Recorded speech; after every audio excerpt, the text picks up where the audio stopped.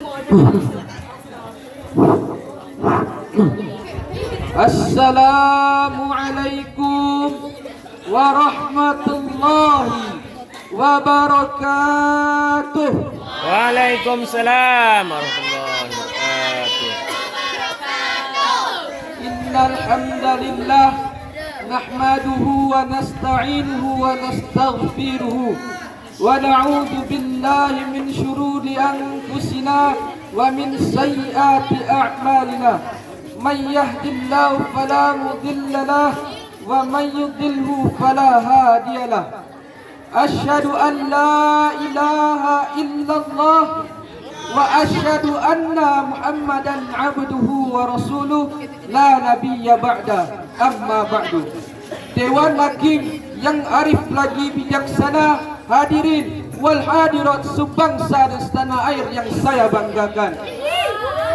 Bersyukur kita kepada Allah Subhanahu wa taala dengan mengucapkan alhamdulillahirabbil alamin. Karena berkat beliaulah kita masih diberi nikmat kesehatan, nikmat kesempatan, sehingga kita bisa berkumpul di ruangan yang insya-Allah penuh barokah ini. Salawat bersampulkan salam tak bosan-bosannya kita ucapkan kepada parit pagar Mekah Madinah, permata intannya Al-Jannah, sang proklamator yang tak pernah naik motor, sang proklamasi yang tak pernah memakai dasi, dan sang pahlawan yang tak pernah mencari lawan. Siapa lagi kalau bukan yakni Nabi Muhammad sallallahu alaihi wasallam bil lafzi Allahumma salli ala sayyidina Muhammad wa ala ali sayyidina Muhammad. Pada kesempatan kali ini saya akan membacakan judul pidato saya yang berjudul Meneladani Sifat Rasulullah sallallahu alaihi wasallam. Dewan Hakim yang arif lagi bijaksana, hadirin wal hadirat rahimakumullah. Kita pada kali ini telah memasuki bulan ketiga dalam pertahunan Hijriah, yaitu bulan Rabiul Awal.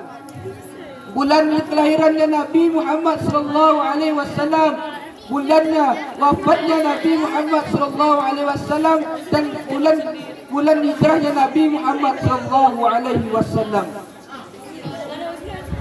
Baiklah, saya akan mengulangi sedikit tentang peristiwa pernikahan ayahanda Nabi Muhammad sallallahu alaihi wasallam dan ibundanya Nabi Muhammad sallallahu alaihi wasallam. Hadirin wal hadirat rahimakumullah. Abdullah adalah seorang anak dari Abdul Muttalib yang sangat dicintainya. Pada saat Abdullah sudah mulai beranjak dewasa, Abdul Muttalib menikahkan ia dengan Siti Aminah. Dan pada saat itu Abdullah baru berusia 18 tahun, sedangkan Siti Aminah adalah salah satu orang Quraisy yang utama nasabnya dan kedudukannya. Dan Abdullah mulai bercampur dengan Siti Aminah, dan pada saat kandungan Siti Aminah baru berusia 2 bulan, Abdullah meninggal dunia. Betapa sedihnya Siti Aminah pada waktu itu. Ia ditinggalkan oleh suami tercintanya, sedangkan ia baru mengandung selama 2 bulan. Dan betapa sedihnya Rasul pada saat itu. Ia telah yatim sebelum lahir ke dunia ini. Ia tidak pernah merasakan kasih sayang seorang ayah. Dan Abdullah dikebumikan di pemakaman paman-pamannya dari ibu-ibunya. Pada mulanya Abdullah berniat berdagang ke negeri Syam, akan tetapi baru pulang dari negeri Syam dan sampai di Madinah, maut telah menjemputnya. Hadirin wal hadirat sebangsa dan setanah air yang saya banggakan. Dan Siti Aminah sudah lama mengandung, dan akhirnya Siti Aminah melahirkan. Dan seluruh dunia merasakan gembira kehadiran bayi yang satu ini. Bayi yang kelak akan menyiarkan ke seluruh dunia norma-norma etika. Bayi yang kelak akan menyempurnakan akhlak-akhlak yang mulia. Dan lahirnya beliau di muka bumi ini dan menjadi Rasul sudah berubah amat besar bagi seluruh dunia ini. Dunia yang dulu gelap gulita sekarang menjadi terang menerang dengan cahaya Islam yang dibawanya. Dunia yang dulu penuh kekufuran, dunia yang dulu penuh kemusyrikan, sekarang menjadi ketauhidan. Dunia yang dulu penuh keputusasaan, dunia yang dulu penuh kekufuran, sekarang menjadi kesemangatan dan kesenangan baik dunia maupun akhirat. Betapa dahsyatnya perjuangan Rasulullah SAW bersama para sahabat-sahabatnya untuk menegakkan agama Allah ini. Ia rela bertumpahan darah, ia rela kehilangan para sahabat-sahabatnya, ia rela kehilangan para kerabat-kerabat dekatnya.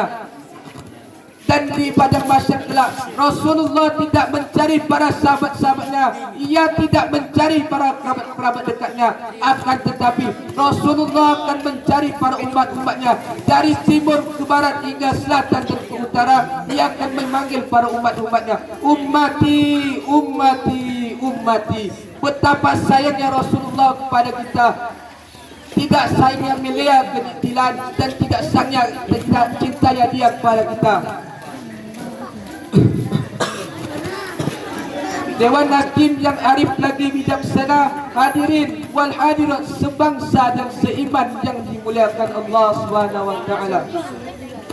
Rasulullah SAW adalah suri teladan yang patut dan wajib kita ikuti, yang tercantum pada surah Al-Ahzab ayat 21 yang berbunyi, A'udzu billahi minasyaitonir rajim. Laqad kana lakum fi Rasulillahi uswatun hasanah. Shadaqallahul azim. Sesungguhnya sudah ada pada diri Rasulullah itu suri teladan baik bagimu. Al-Quran surah Al-Ahzab ayat 21.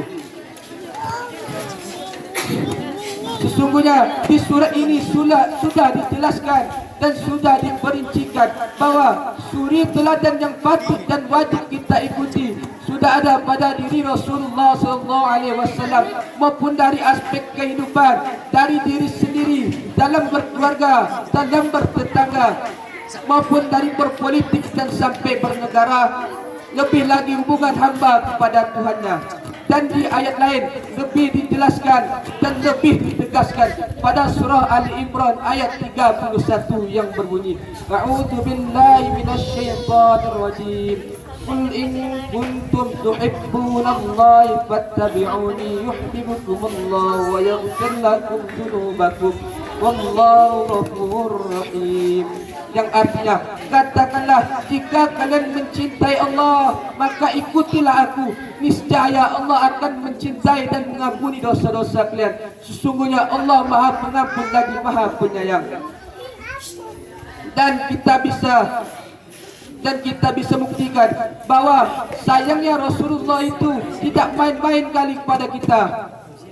Maka daripada itu, marilah kita memperbanyak selawat kepada Rasulullah SAW. Apakah selawat yang kita lanturkan setiap hari hanya untuk kesenangan belaka atau hanya untuk kepada Rasulullah SAW? Maka dari hari ini pasanglah niat kita kepada Rasulullah SAW untuk berselawat kepadanya.